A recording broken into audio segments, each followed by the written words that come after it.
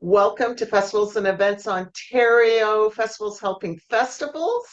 Welcome to our, I think it's our third session, Marnie? Yes, it is. It Yes, is. in this series, yeah. So on sponsorship. So Marnie, I'm going to hand it over to you and let me know what you need. Enjoy, Oh, everyone, participate, have fun. And if you could also, sorry, Marnie, if you could also add where you're from in your name, just so that we know which festival we're talking to. All right, over to you, Marnie. alrighty. Well, thank you everybody for joining in today. I don't know what the weather's like where you are, but winter seems to have arrived here in a shiny Timmins, and surprisingly, the buses weren't canceled. But oh, those roads just make it such a challenge. So today's topic, we're addressing sponsorship.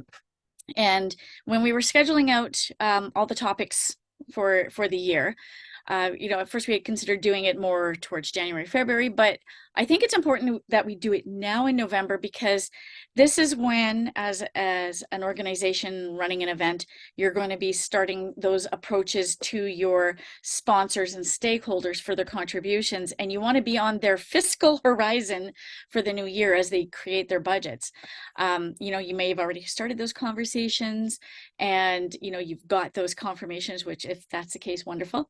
If not, these are some things that, if we can all participate today and engage in the topics, then, we're all supporting each other, because the better our festival industry and event industry is in the province, the better it is for all of our experiences as we lead these events, for lack of a better word. So the three topics we're going to look at today are what specific, and I'm looking off to my side, I'm sorry, I did not print out my document, it's on my other screen, but what specific challenges have you encountered in securing sponsors for your events? Would you share any insights on the type of sponsors you've been targeting and their response to your proposals? And how do you currently measure the effectiveness of your sponsorship efforts? And what improvements are you seeking in this area? And then we're going to have three polls at the end of each topic to engage with, because again, it kind of helps give the whole industry a idea of where we're at, what we need to improve, and how we can support one another through the sharing of ideas. So the first one, specific challenges. What have you encountered in securing sponsorship for your events this year? Now, being, I'm not going to say out of the pandemic, but with the restrictions definitely lessened, and we're doing in-person events again. Has this been a challenge getting those volunteers? Well, that too, but that's another topic for another day. Your sponsorships back, have they changed? What kind of challenges have you encountered so far? So I'm going to open the floor to you wonderful people, and I'm hoping somebody will take up the first attack on it.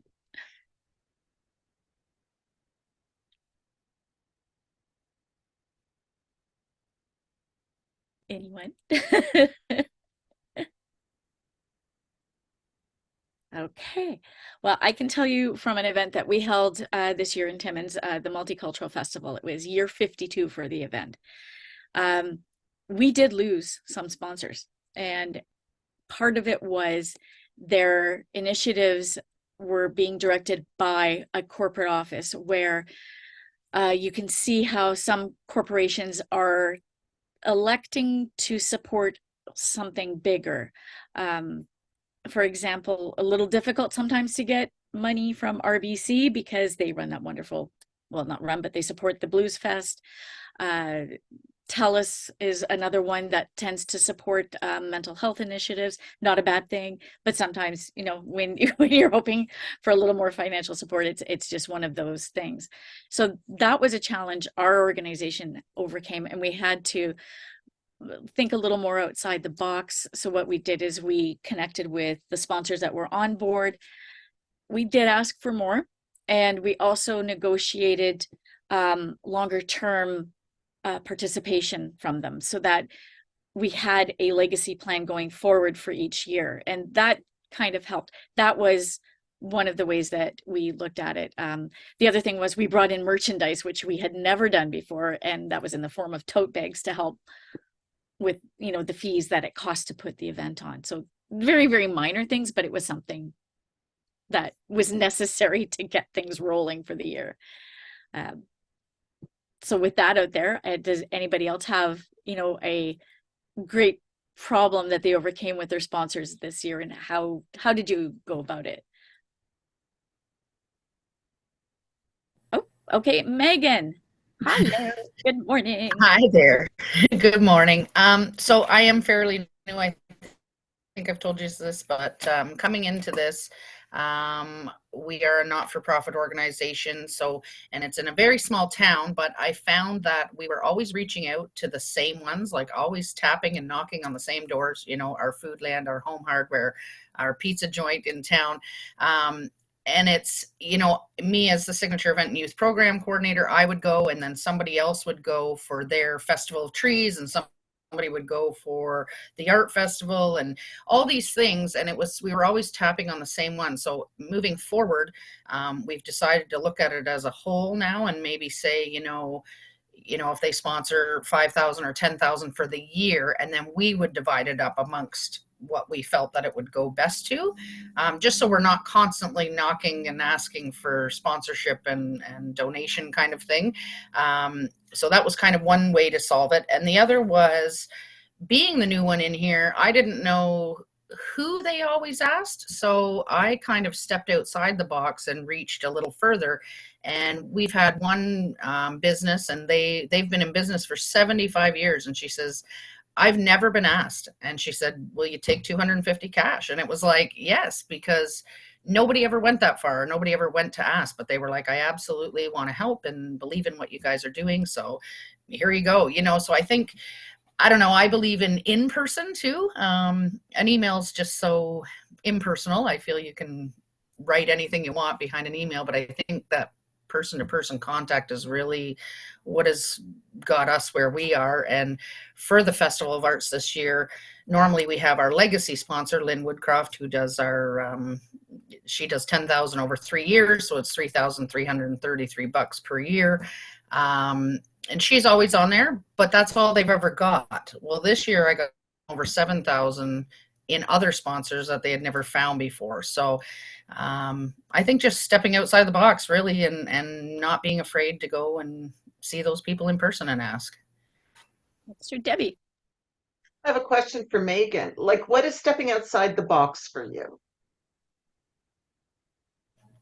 Well, I think just not being afraid to ask different people. I mean, like I said, they always tap on Foodland. They always tap on Lynn Woodcroft, who's a real estate agent.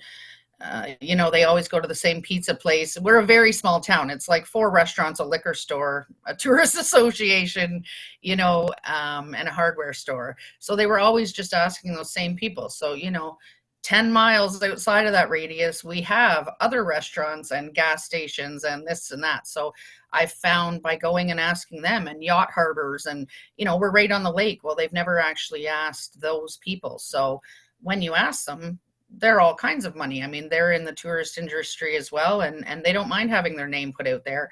And another thing I found was asking the local small businesses.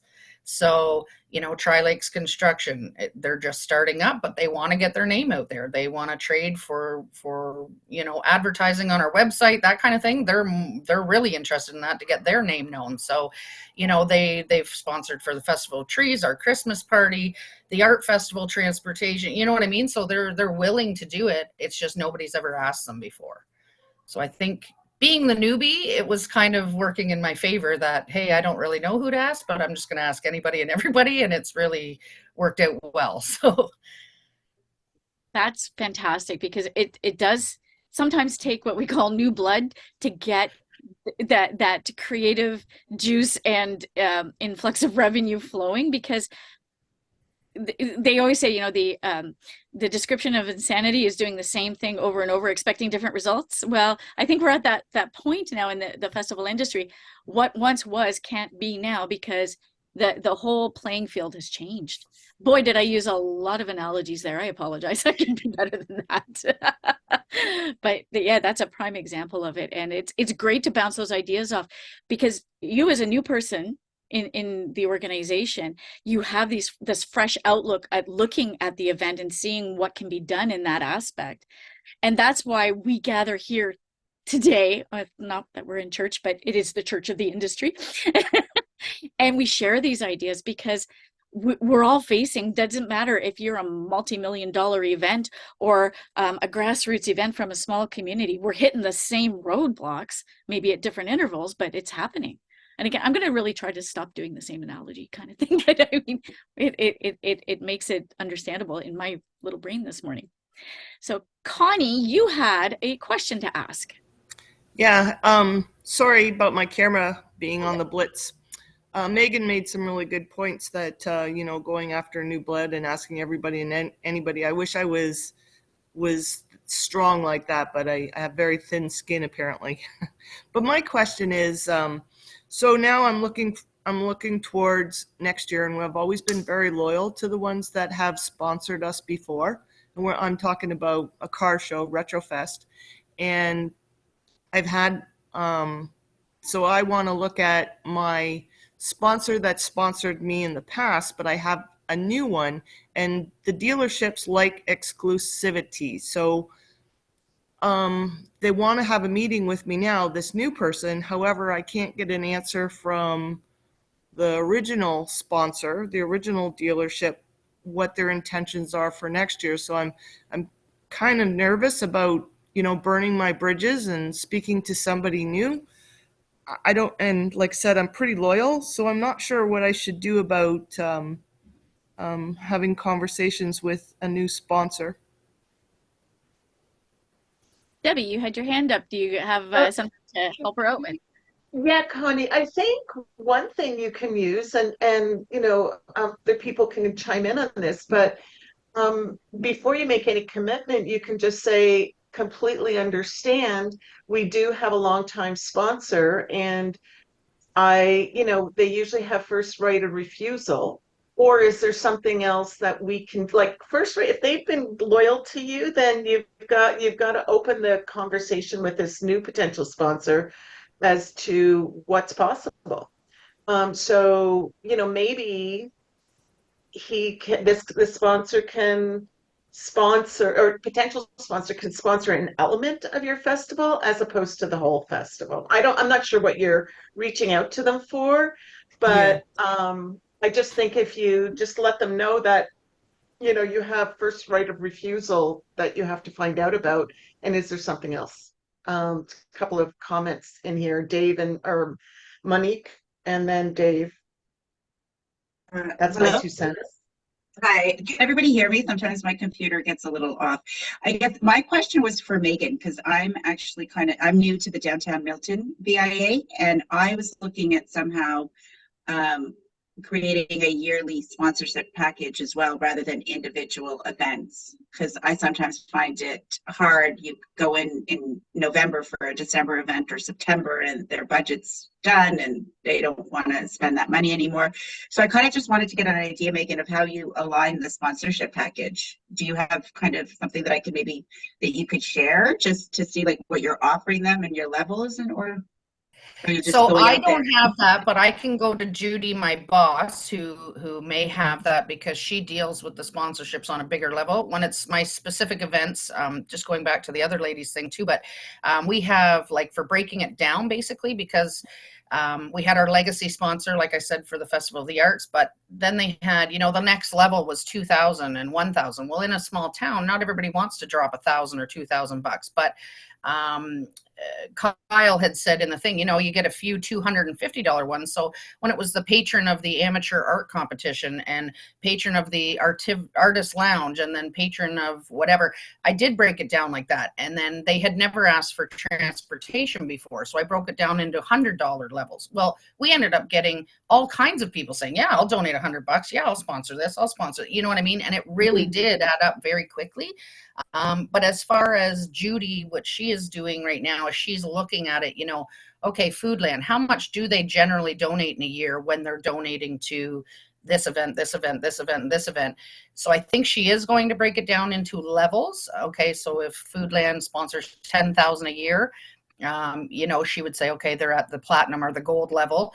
And then we would then separate, okay, we need 500 for this event and 1,000 for this one. And, you know, kind of breaking it down to what they're used to. So maybe it would be a 10,000, an 8,000, a 5,000, you know, and it would show them what it would cover. So if it would cover the golf tournament, if it would cover the Festival of the Arts, if it would cover the Festival of Trees, you know, just based on what they usually put their money towards. Because not everybody is interested in art. Not everybody wants to sponsor that. You know what I mean? But they sponsor other things. So I can definitely ask her if she has something that we could share, and I would be more than willing to do that. I don't know if you can send me like your email address or whatever, then I can definitely do that.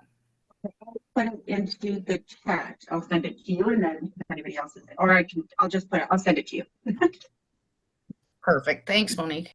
Thank you. Dave, you had your hand up. Do you have something to answer to Connie or? Yeah, I was just going to jump in on a few of them that came up. Number one, I'm going to use my Oktoberfest hat. So we weren't a BIA, but we did have a lot of events that we wanted to package and to bring and put in front of sponsors. So we would always come with a catalog of all of our events and sort of what sponsorships were available. And you could even have tiers of, you know, if you want to own it yourself or whatever. But we also did a lot of investigation before any meetings. You know, we searched all of their social media avenues. We searched if it was a national client, we would search their things and see what they were into. And you know, that first meeting is so important.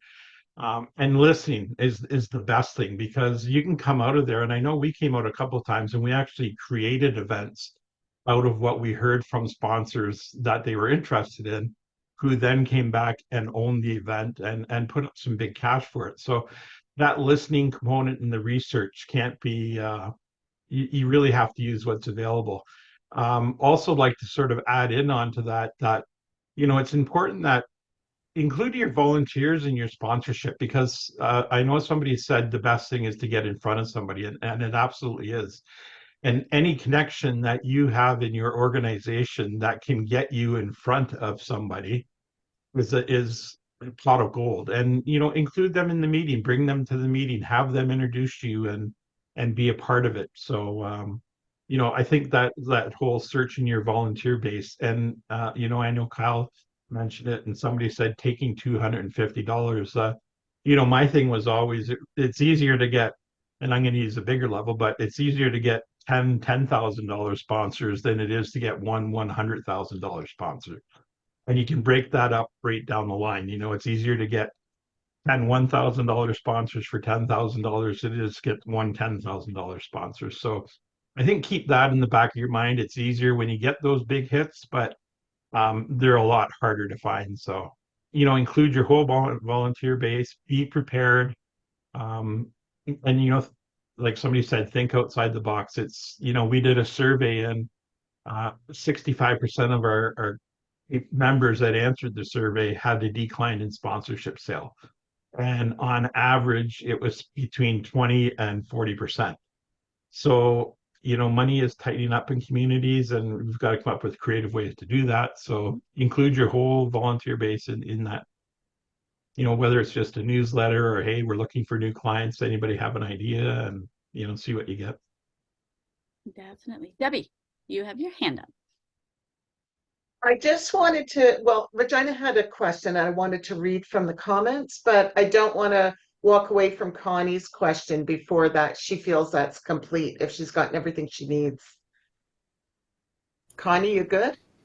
Yeah, I really like I've dealt with both of them before, and the actual last 2 years, and the group that wants to come in really takes advantage of everything. But if the first group doesn't want to do any, so what happened last year was they really made me wait till the very last minute before they gave an answer. So that actually really upset the other group that wants to come in. So that's why the other group's asking for an early conversation with me.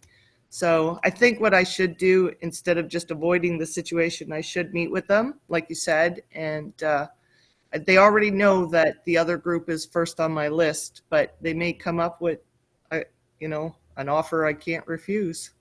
Connie, you can always give a timeline too, right? I mean, there's nothing, there's no harm in saying, I really appreciate that, but I have people who are interested. And so if you could give me your decision by, I don't know, 2 weeks from now or whatever you feel is comfortable.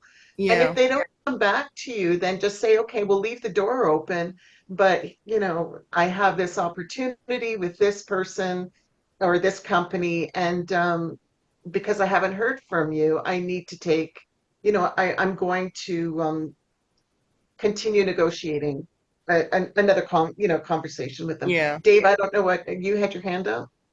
Yeah, I was just going to say, I agree with everything you said there. Sometimes when you get those people coming in, and I agree, first right of refusal is paramount when you're dealing with, long-standing clients and stuff. But if you've got somebody that's constantly waiting to the last minute and you've got somebody else behind them that's interested, I'd want to make sure that that person is pretty committed to it if you're going to put the pressure on your existing client. Because one thing that I've always learned through my career, especially in the sponsorship game, if you're giving somebody an easy out to say no, they're going to take it.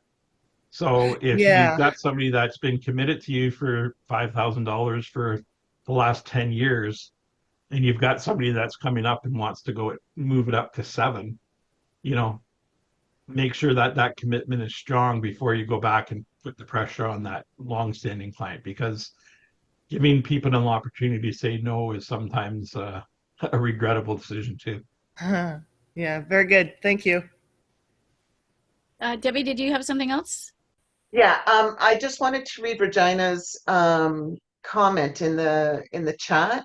She said she's having difficulty with getting any financial help to complete a new festival that's unknown. It's a multicultural festival that incorporates food, music, arts of all cultures. Especially with what's happening in the world, it's important to help and support all cultures. Too many festivals, too much competition. So, any feedback for Regina? I have so. Mm. I actually lead the Timmins Multicultural Festival and Society here in Timmins, and it is a difficult thing when you're up against other festivals, because everybody's knocking on the door. In Timmins, we have a number of festivals that happen, of various sizes. And even when they're knocking on the municipality's door for contribution, it does affect what is handed down to the rest of the groups. For example, our largest festival in the community at this moment is called Rock on the River, and it is huge. It's a 3-day event. They bring in some really big names, Canadian and sometimes some US. And they're the sweetheart of the community right now because it happens at a time in summer when everybody's still around, and they do knocking on the doors. They start early. They get their commitments almost the day after they've held their event for the following year.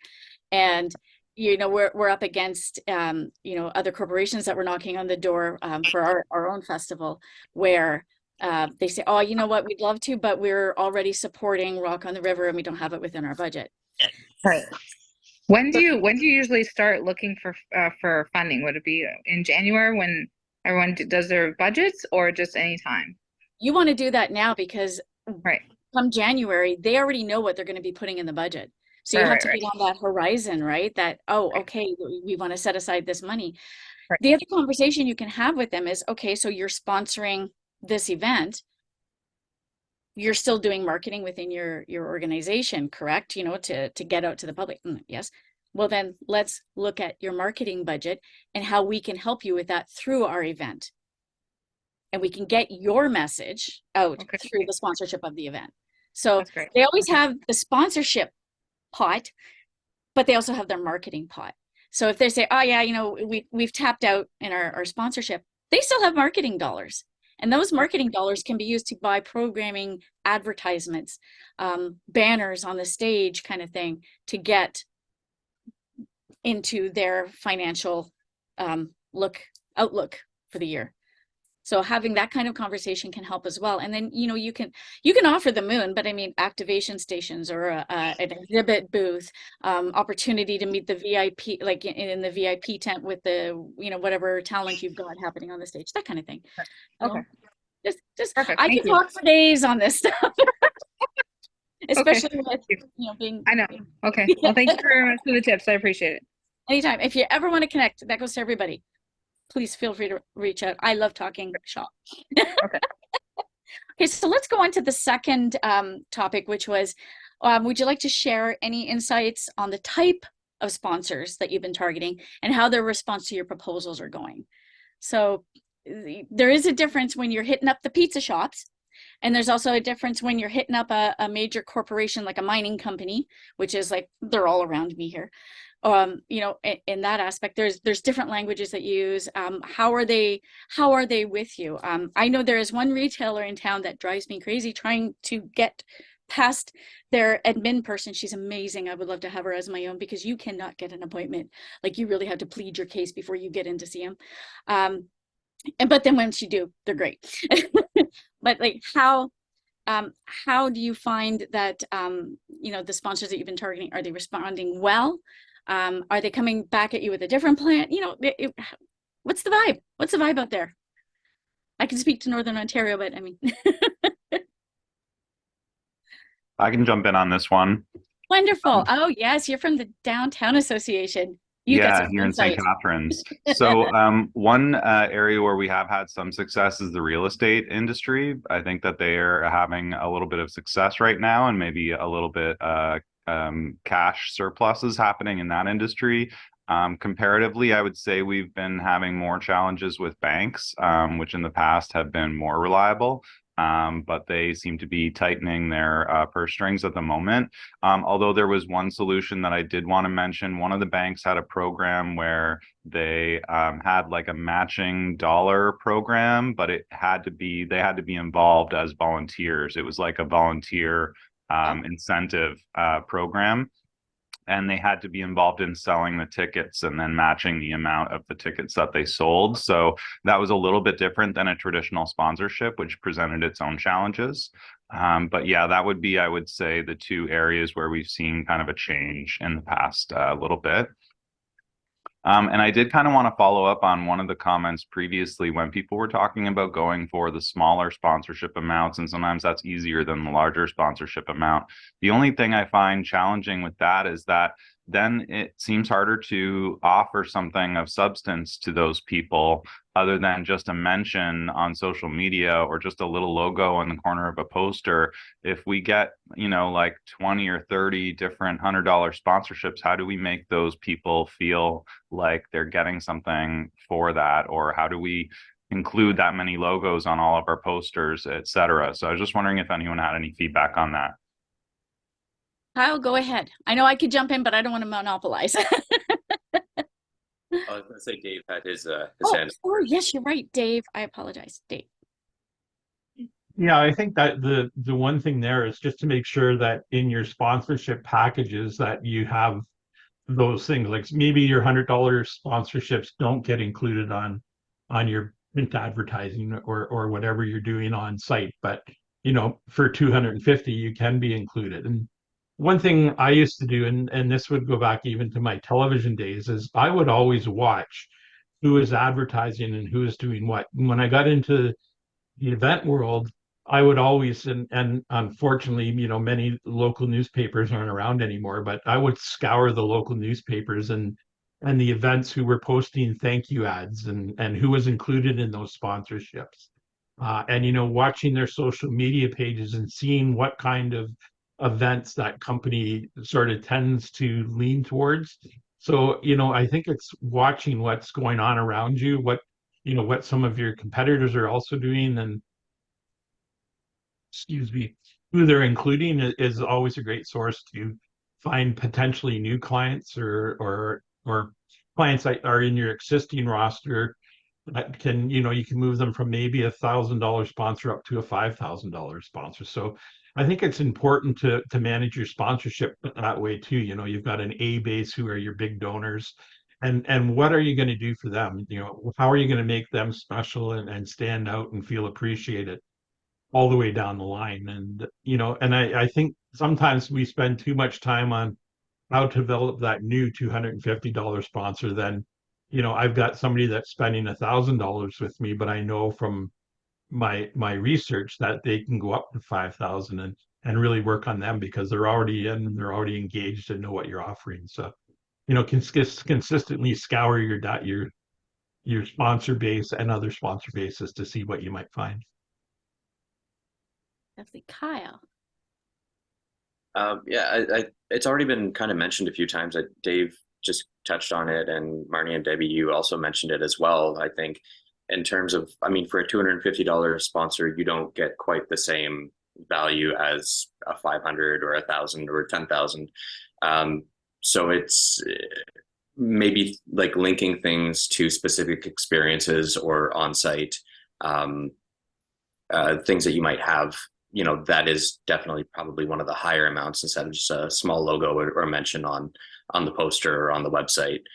But I think you can really harness the on-site experiences that you have. Like I know I've done it for many of my clients because sometimes they have trouble specifically finding funds for our artist fees. So that might be a great way to align what it is a sponsor that they're going after and how we can really use their sponsorship dollars as marketing. And Marnie, I know that you just touched on that as well, because those marketing dollars are a different budget and can go a lot further.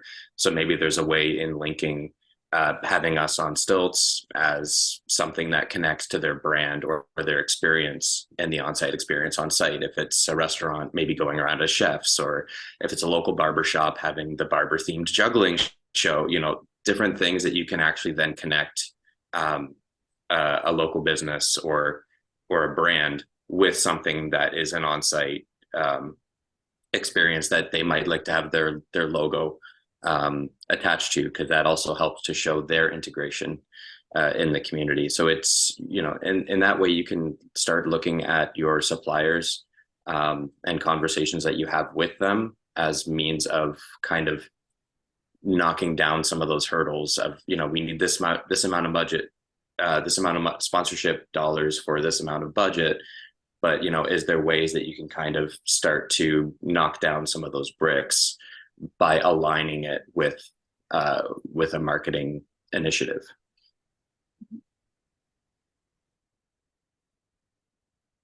And we have Megan. So, like I said, I think we're on a bit of a smaller scale here where we are in Buckhorn. But for ours, yeah, those different level tiers, like our legacy sponsor, she was given a 10-foot booth at the art festival, a banner logo across the front of our building. She got dinner theater tickets, tickets to the golf tournament. Big things for her amount of money. And then those smaller $250 ones, you know, we would put them as, there was a local restaurant, you know, patron of live entertainment. They help pay for the music. So because it was an art festival, we had huge easels with big frames on them. And then we put their logo right up front, right where the entertainment was happening. Same with our artist lounge, you know, Tim Hortons and that, they sponsored the lounge by providing muffins and money towards their food and stuff. So, you know, theirs went back there.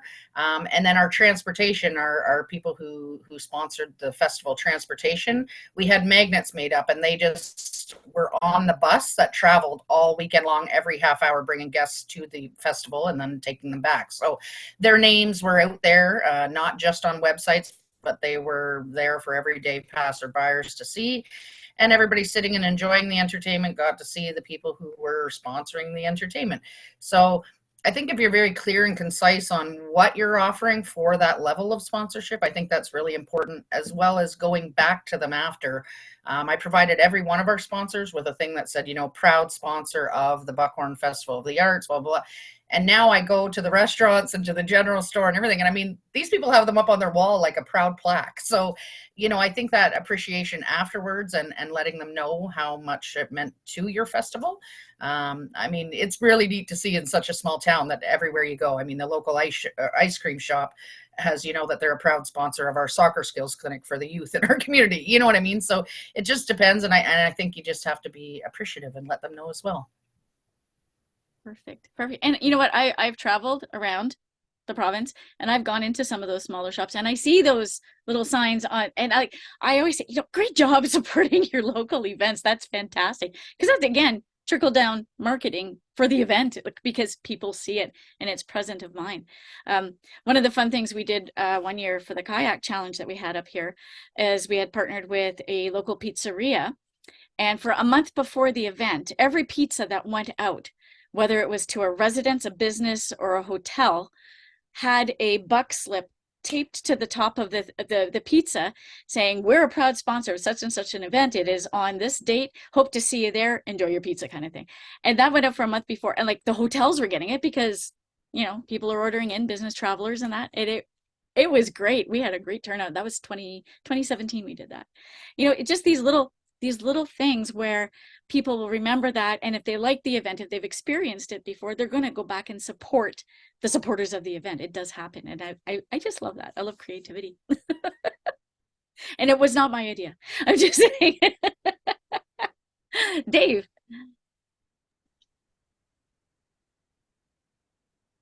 Yeah, the other thing I was going to say, and it sort of speaks to Marnie's point of, and Deb can attest to this, I'm still the same way, is when you're doing in-kind advertising, and I don't know if that's coming up down the line, but there's only a couple of ways to grow your company or your event, and that's to increase your revenue or decrease your expenses. So one thing I always say is if the in-kind donation doesn't help us in some way, and it's just putting somebody in front of a group of people, there's no value. There's no value in it to us. There's value in it to the person that's offering the in-kind thing. So the one thing I always say is scour your expenses and look for opportunities to, say you have $1,000 for security. Go to like a G-Force and say, hey, listen, I've got this thing. It's a good opportunity to get out in front of a number of people. Would you be willing to do that in kind? And keep track of it, because at that point, you've taken $1,000 off of your expenses side of the ledger, and that helps. So scour your expenses and look for opportunities for in kind, because in there you may find a lot of sponsors that you don't even think about otherwise. It's true. It's true. I've seen events where the red Solo cups get labeled by a sponsor because they needed to cover the expense of the cups. And if you've ever been to a festival that has a beer tent and fireworks, it's going to be packed. And, yes, the cups end up on the ground, but the people still, they've read it, they've looked at it. You made an impact of, anywhere between 2,000 to 5,000 people in one drink. But, it's these little ways that you can do that in kind of switcheroo. Yeah. Did anybody else have any other questions about the topic or comments? And if you hear the cat in the background, Loki has nothing to input on this. He's yelling because he wants to go outside. Okay, so the next one, we were supposed to do some polls. So let's throw some polls out there if Jay's available. I know we jumped to 2, so let's do 2 consecutive. The first one is, have you successfully secured sponsorships for your events in the past year? So it should pop up on your screen.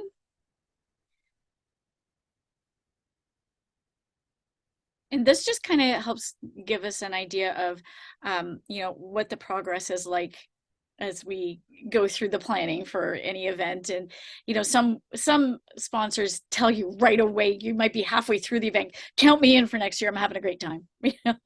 And then, depending on how much of a keener you are, I usually, like the week after the event, I start planning for the following year. I'm sending out those emails with the, hey, take a look at this picture, this was your logo kind of thing, can we count you in for next year?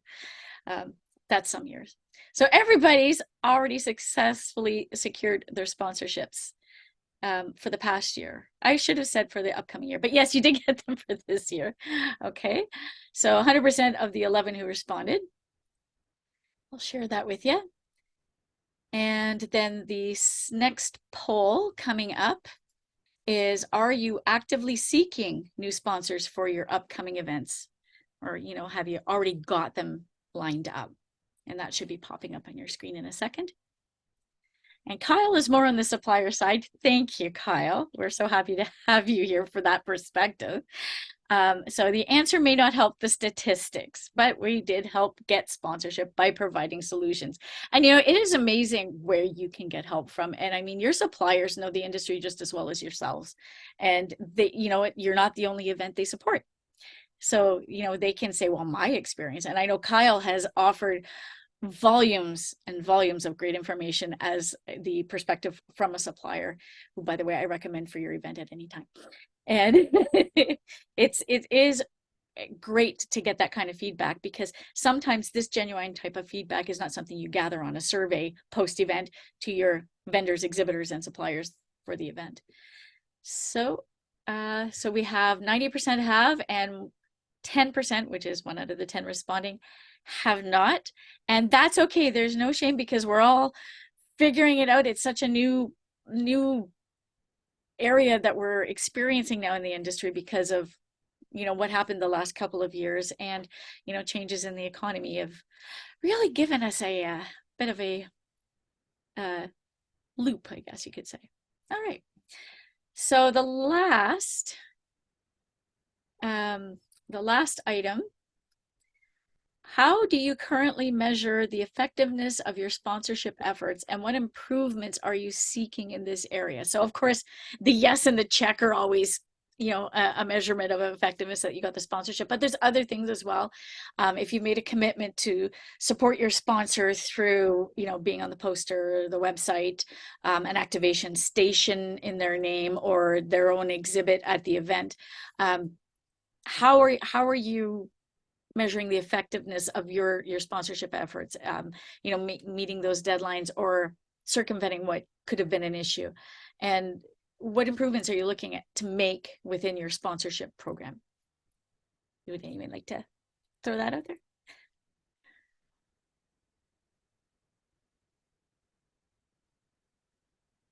Okay, I think we're all here for the same reason, to learn from each other, and we might all be in that particular phase right now. So sponsorship efforts can change, because what you might be going with to that potential sponsor, or renewing that sponsor as the package that you might have already done, you may have to change that package during the conversation you're having with your sponsor, because maybe their fiscal ability to contribute might not be the same. That's where you can have conversations about in kind, where it's not an increased cost to them, or have that conversation about switching it from a sponsorship to marketing contribution, that kind of thing. Kyle, you've got your hand up. This is slightly tangential. I just wanted to provide something that was really interesting from this year that we worked on. Was one community that we worked with. They just went a major downtown renovation. That was a long project that impacted a number of businesses, and they were so excited about the reopening of their downtown and the new streetscaping that they actually made the parade for their annual signature summer event construction themed. And it was a really great opportunity to celebrate both the end of construction, but also highlighting it as a community building step. But also it really did set the stage for inviting in a number of development companies and construction companies. And if you think of your local politicians and community organizations as community building as well, everyone was invited to do a construction themed float or entry. And even us on the stilts, we were actually as 10-foot tall construction characters, which worked out really well because we primarily use drywall stilts as well. But it actually just it set the stage through a challenge that the community was having to own it. But it also then set the stage to invite everyone in to be part of that community building moment and the theme. And it actually, I don't know how many of those construction companies would have been involved in the past, but even just through parade entries and, joining in us sponsors and things, it's just all those things help to add up, and it kind of just set the stage nicely as a marketing component through their festival. So it might be an opportunity as kind of a case study in how to attract new local businesses as well. Not saying that everyone should go do a construction themed parade this year, but something that maybe is more applicable. Sorry, it's a little tangential, but it's just something I wanted to add in. No, that's really neat. In Timmins, we've been under road construction for 3 years. I would love to have a parade to celebrate that. It's supposed to end this year. I know we had to divert around it for the wedding in September, and just Oh, that's right. You were up the there. blasting notice and on the main street was something different that we had seen. We are very unique in the North, I just have to say. Brian, Yeah, I think one thing that I'm looking to improve on or change, especially, I mean, it's feedback that I had already received from previous stakeholders, but hearing it on the call again today is making sure that we have lower sponsorship levels, and making sure that what we're offering for those lower sponsorship levels is well defined. For a recent event, we didn't have a lower level sponsored, and then we ended up getting a few people that offered a small sponsorship. It was for Halloween, and there were grocery stores that were saying, "Oh, we'll give you like $20 of gift cards that you can use to buy candy." And it just sort of falls through the cracks when you get a sponsorship like that as to what you're supposed to offer in exchange. And there was some miscommunication with the marketing person about what the expectations were from the business. So I think having better definitions around what someone gets for a small sponsorship amount might not only smooth out the process, but also increase the possibility of getting more of those. So that's definitely one piece of feedback that I'm going to be taking away from this meeting. And then I think my other one is a question, and it's more on the other end of the scale. We had a sponsor that significantly increased their sponsorship amount from a previous event, and I think it was mostly because they were happy with the event, but in some ways it felt like it was because they weren't happy with certain aspects of the festival and they wanted to take maybe more control or have more input on the selection of musical artists or the which businesses were involved and whatnot. So I guess I was wondering about if anyone had any feedback about how to manage that, where a sponsor almost maybe is getting a little too big for their britches and wanting to sort of take over the festival, but they're coming with a significant financial contribution that you don't want to say no to. that's a horrible problem to have. But I'm going to hand that over to Dave. I saw his hand. Yeah, Wait. yeah, it's terrible. But you know what? If that sponsor is a value to you and what they're saying makes sense, I think that's the biggest thing. Does it make sense to your organization? And if it aligns with what your vision and your mission is, you know, maybe it is a good opportunity to look at and include them more. I can speak from example at, you know, KW Oktoberfest, we had major sponsor in Molson's, and they were always a part of our team, whether it was marketing or whatever we did. So they had all kinds of ideas and brought things to the table, you know, sometimes for their own benefit.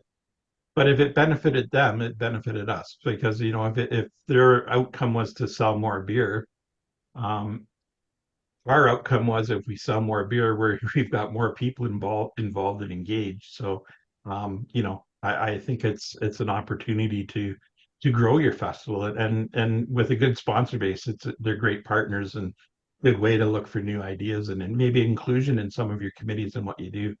You know, someone was speaking to, well, how do you reconcile everything? And I think that's another thing for a lot of people, is make sure you have a contract with your sponsors. And you know, if you're an organization that runs on a very low cash flow, you know, your contract could be 50% up front and 50% on deliverable. So, you know, that way you get some money into your organization to help get you through the year. And then once the event has happened, you send a thank you note, you send your invoice, and you maybe send a couple of attachments of here's how we used your logo. You know, we mentioned you from the stage.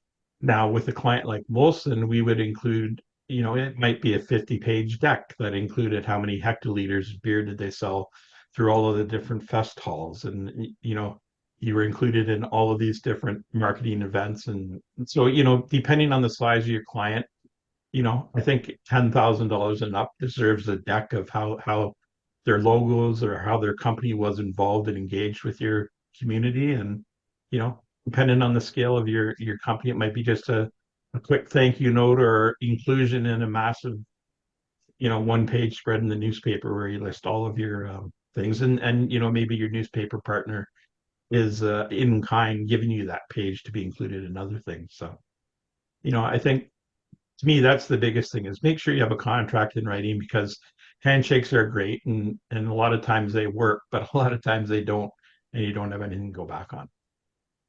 So I may be swayed off topic, but No, actually, I think that's really viable because it's part of the package that you bring forward, and it shows that you're going to honor the commitment of whatever you're offering in return for their sponsorship, and they have that confident feeling that the reputation of the event is on the up and up, and you can even gather referrals or quotes from other sponsors for other parts of the event that say, we've been a part of this, we wholly support it.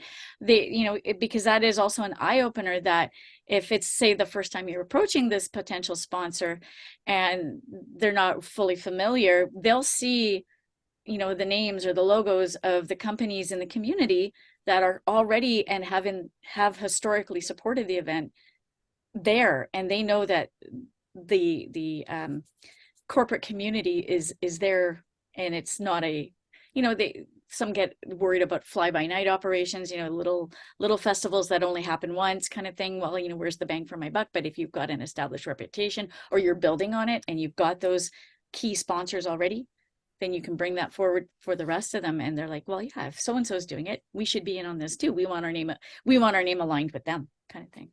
and that's the important thing, and that's something to include in the contract, because I think too often, we're out there asking for money. We need this, we need that.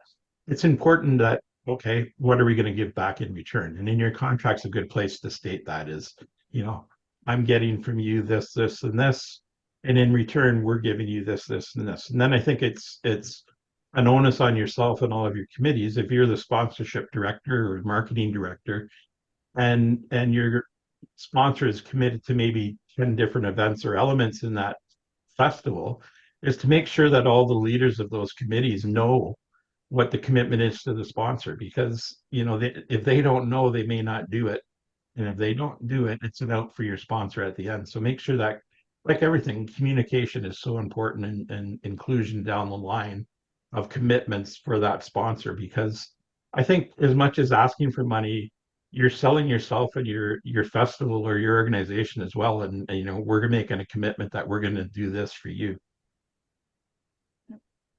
Very good. Did anybody have any questions or wanted to chime in with some comments? I don't have a question, but this actually goes right back to the beginning. Debbie, you said like thinking outside the box. I even went to people in our surrounding community, the people who come to the community center every day for their Tai Chi, their yoga, that kind of thing, who see what the Festival of the Arts generates, the revenue it generates in the community, and how valuable they believe it is to their community for the tourist industry. And that I even went to them and said, hey, do you want to be a friend of the festival? $50 donation, it gets your name on our sponsor wall at the festival all weekend long. I had 25 people give a $50 donation. Well, at the end of the day, that's $1,250 that goes towards our festival. I mean, it sounds like peanuts, I'm sure, to you guys, because it's such a small town, but it really does add up. And those are people who say like, hey, without this festival, we wouldn't have people coming to rent our Airbnbs and our bed and breakfasts and our, they believe in the festival. They want the people to come. So for that $50, they're more than willing to know that their name's just put up on a wall. And I mean, that's nothing really for us. It's a printout on a piece of black, whatever, you know what I mean, on the wall. There's no internet, there's no nothing. It's just a simple thank you and a simple transaction. And it goes a long way, really. Absolutely. Dave. Yeah, and that's very important. Anybody that's been involved with a major fundraising organization, it's always part of their mandate. Say they're going to build or try to fundraise $30 million for a local hospital. They'll commit to like 18 or $15 million, but they always want that last 2 to 5 million to come from the community. And it's always things like that is, $1,000 here, $500 here, and that local commitment and that building of your event is a great idea. Absolutely. Kyle? Yeah, just I think what Megan said is awesome. Like I just had a conversation with a BIA this week, and same thing, like they've been having trouble finding for an upcoming Santa Claus parade, they've been having trouble getting sponsors to help cover some of those costs to bring in artists and to bring in acts. And, something like that, just, something that is maybe such an integrated part of the community and something that people look forward to every year, instead of having to go to businesses and look for those sponsors, having like friend of the festival or friend of the parade. I mean, having $1,200, in additional sponsorship coming in through, not through businesses, that in itself, is a big help. And it's, looking for those solutions is awesome. Definitely. Debbie?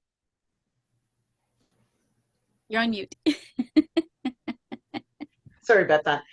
So I'm just thinking as everyone is talking and you're reaching out to your community, you know, I don't know, instead of going to your grocery store and saying, can you give us money? Why don't you ask if you can set a table up? There's a lot of charities who do this, but why can't you do it where you're setting a table up and saying, hey, why, we run the arts festival, or we are, the BIA downtown, the downtown association, and we're working on your behalf. And, like, I don't know if anybody has change anymore, but give us your change. Would you have change, or even get, I know I keep promoting these people, but tip tap pay, or some sort of way that people can, tap $5 or $10 and just give to your community. So that's another idea. And you're not going to get everybody, but go on a busy Saturday morning. And I just think, yeah, reaching out to your community is another way of doing that. Definitely. Let's throw up the last poll. And this one is more just to gauge how we can plan further talks and include some of the topics going forward for the future.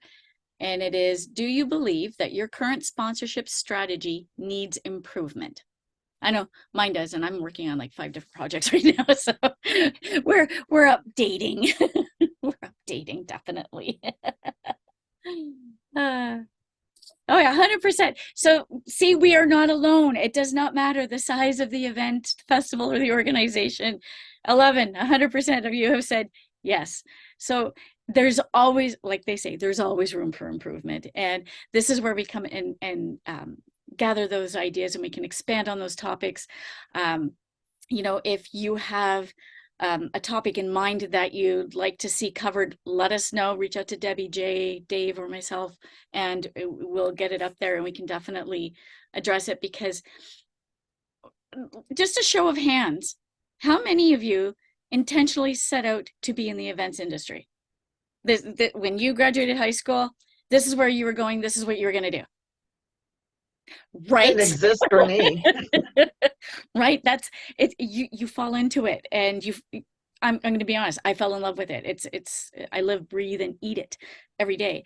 And I was an area administrator, administration, doing the books, all of that. And then it started with me picking up a hammer to help a friend who was erecting her tent for Arts in the Park, and conversation with the head of tourism, and voila, I'm here now. And that's oh gosh, 20 years now at least. So by gathering us together and sharing the information, our shared life experiences in the industry, and that it's like going to school, and it's our network. And I love to see the sharing that happens, because I learn every single time. I am not an expert. I am a lifelong learner, because it's never going to change. It's always going to be something new every day. So we've got here, okay, wow, we have somebody was studying Shakespeare, medical admin, 18 years of nursing, a welcome to change. Wow, you are new. No, I tell you, the day of event is a life changer. Former restaurant owner, so hospitality industry ties in to the tourism, which ties into this.